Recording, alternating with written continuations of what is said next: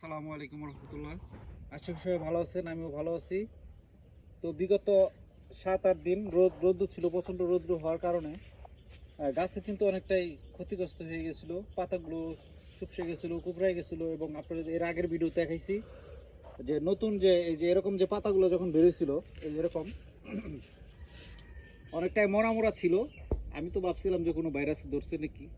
তো আল্লাহর রহমতে আবার 2-3 দিন বৃষ্টি হওয়ার কারণে, আবহাওয়া ঠিক হয়ে যাওয়ার কারণে আবার গাছগুলো আলহামদুলিল্লাহ ঠিক হয়ে গেছে। কিন্তু আমাদের কিছু গাছ মরতেছে, এবং কেন মরতেছে সেটা আপনাদের কাছে দেখাবো। আসেন আসেন দেখাই।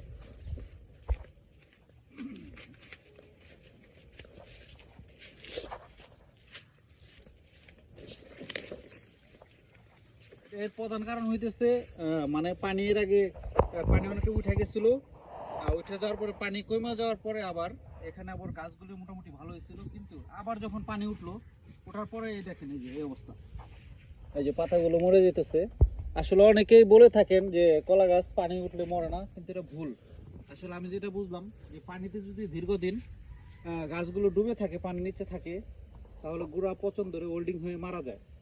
সেটার ব্যতিক্রম কিছু না। এই যে সেটাই দেখতে পাচ্ছেন, এখানে প্রায় আমার অনেকগুলো গাছই দেখতে পাচ্ছেন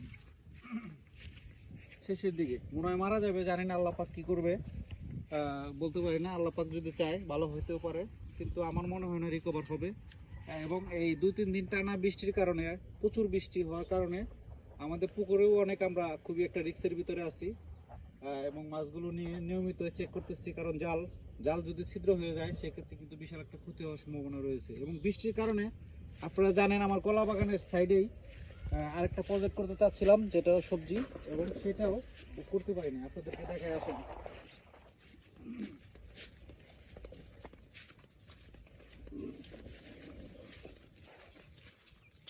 এই যে এখানে এখানে প্রায় প্রায় উপর নিচে নিয়ে প্রায় 35-40% জায়গা হবে। এই যে এরকম ঝাড় দিয়ে রাখছি, দেখেন এই যে ঝাড়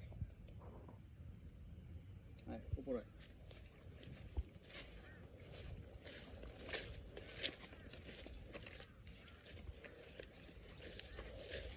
এরকম ঝাড় দিয়ে রাখছে, এবং ঝাড়ে গোবর এই দেখায়, এই যে অলরেডি গোবর এবং সার মিক্স করা আছে।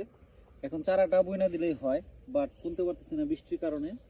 এবং যারা আগে গাছ বুনছে অনেকেই ফলন পাইছে আলহামদুলিল্লাহ। এবং সবজির বাজার, বিশেষ করে লাউয়ের বাজারটা কিন্তু খুবই ভালো যাচ্ছে এখন। তো সবাই দোয়া করবেন যাতে এই প্রতিকূল আবহাওয়া কাটিয়ে উঠতে পারি, গাছগুলো রোপণ করতে পারি, এর ভিতরে বরকত দান করেন আল্লাহ তাআলা। সবাই দোয়া করবেন। আসসালামু আলাইকুম ওয়া রাহমাতুল্লাহি ওয়া বারাকাতুহু।